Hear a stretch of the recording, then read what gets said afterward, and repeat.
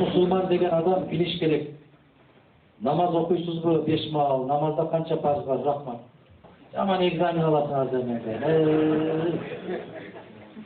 Алхамдулилля барыбыз мусулманбыз. Алхамдулилля, Кудайга шүгүр.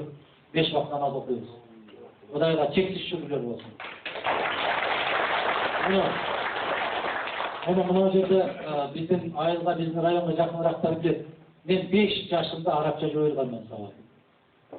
Мен 5 жашымда Актеп токтатты чоңойдум.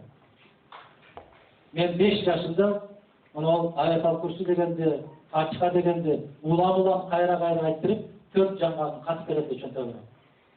Bir хата кетирсе, 3-өөнү берип, 1-өөнү салып берет чөнтөгүнө кайра. Хата кеттиң деп. Мен чоң атамдын 4 жаңгагын тең алышым керек деп, күн-түн кайра окуй бердим.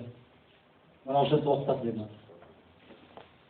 Biz ошо 6 жашыбыздан баштап бардык нерсени билген. Азыркыларга окшоп, камера барып экен, эл көрсүн деп таарат алып албай, айт намазга чыгып аткандардан Кудай сактасын алар. Эл көрсүн деп. Алар Алладан коркпойт, бетиден коркуп барышат. Сөз кылат.